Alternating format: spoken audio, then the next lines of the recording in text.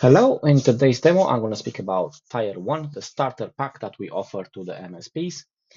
This is designed to work with M365. It doesn't support hybrid or on-prem environments. That's why it is a starter pack. That being said, let's take the first step and have a quick look into an MSP dashboard. Currently, we have no onboarded client. I have just offboarded one for the purpose of this demo.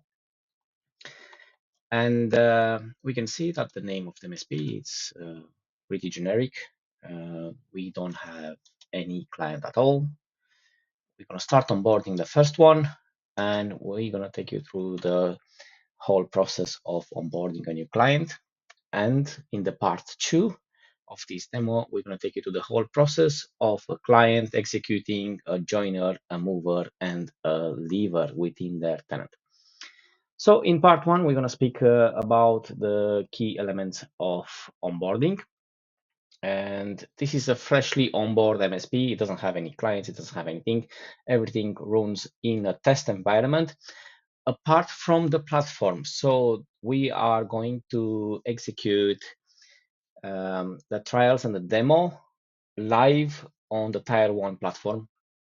And the reason is mainly because we want the clients, the MSPs, to have a first view on the platform behavior rather than having a side tenant where they can, have boosted performance, etc., etc., etc. So this is how it's going to be.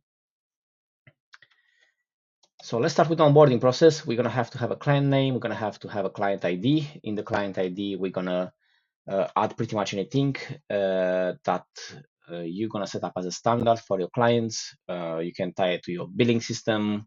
It's entirely up to you. We're going to have the primary domain, and we're going to have an account for a requester and one for the approver. Myself, I have put the emails to be pretty meaningful for me, but you can have any emails in there, and those accounts, they're going to have the role for the requester and approver assigned accordingly.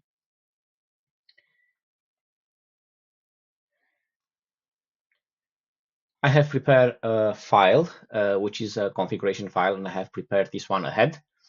Usually this kind of knowledge regarding the client tenant and so on and so forth is going to happen when the MSP is going to firstly onboard the client within their systems, and this file can be set up at that time if necessary. If not, it can be set up later. It's not very complicated. I'm going to come back to it, and I'm going to explain how this file is configured and what it does. So for now, I'm just going to copy paste from this file some information across because I have already filled this file. So we're going to give it a client name. So it says it's going to be Ahmed client, and it's going to have an ID, and it's going to have a primary domain. That primary domain is this one.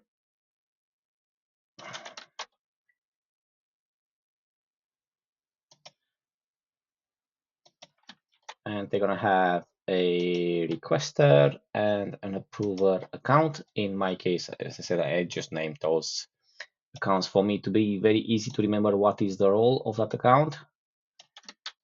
In these test environments, it doesn't really matter. And the second one,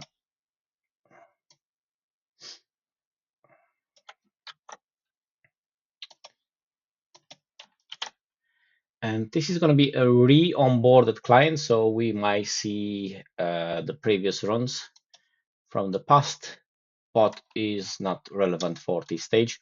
Because it has been re-onboarded, we can see that the requester and the approver, they have been added directly. And on the first onboarding, you're going to have to add this manually in here. And one thing that is really important, we can see this one is active, this one in green. You're going to have to send it. And that's pretty much what is going to be related to the authentication part. So the onboarding is in 3 stages. The first one is the authorization authentication. The second part is configuration. And the third part is the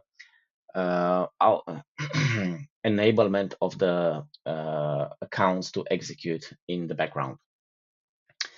And because of that, we can see we have pretty much fast forward towards the authorization and authentication. And we're going to look at this file, which is going to be a template that you're going to see in here. And this one is not a template because this is a re-onboarded. It has been saved in the database and it has been reapplied. But the template is going to be pretty much the same thing, only blank. So I'm going to run you through it, what it is and what it does. Because each client is different and the MSP is going to have a need of customization for each client. For example, in here, the UPN is first or last name at the primary domain. Each client is different and they can have any format. For example, first letter of the first name and the full surname. It doesn't really matter. It's just a preference. So this one can be edited as needed for the client. We have departments, and we can see in here we have a group, which is the GML 360 baseline engineering. That group represent in the departments represent the baseline for that department. Everything that any user in a department is going to have is going to be attached to that group, and that's how they're going to receive all the features and functionalities that they need for that entire department. But because in each department, some people might need some different tools, different access to different systems, we have the capabilities included. And in here, you can see we have, for example, a group that is going to assign a business premium license for all the users, members of that group. A licensing system is not promoted by user type, is promoted by group membership. Groups are very, very important within this system. So everything revolves around the groups. As you can see in here, we have capabilities that they are additional functions for the baseline groups. In this case, for example, we have a business premium license, which is going to be assigned via a group. We don't attach licenses directly to the users. We attach licenses to the groups, and then we attach users to that group in order to benefit from that license. It's very important to keep the system as tight as possible. There are a couple of constraints that you can see in here. We can change these, but they have to exist. We have a regex that's going to have to be followed as such. That being said, the configuration, it is now complete. I'm not going to reapply the file because this one has been already applied. I'm just going to enable the execution. And what this last bit does is going to allow the client to execute the graph in the backend. This is a very useful function. For example, when you train a client, you don't want to go back into their Entra tenant and clean up all the mess that they do while they start learning on how to use the platform. And you can just simply disable it. Everything is going to work as normal, except for the last part where the graph execution is happening.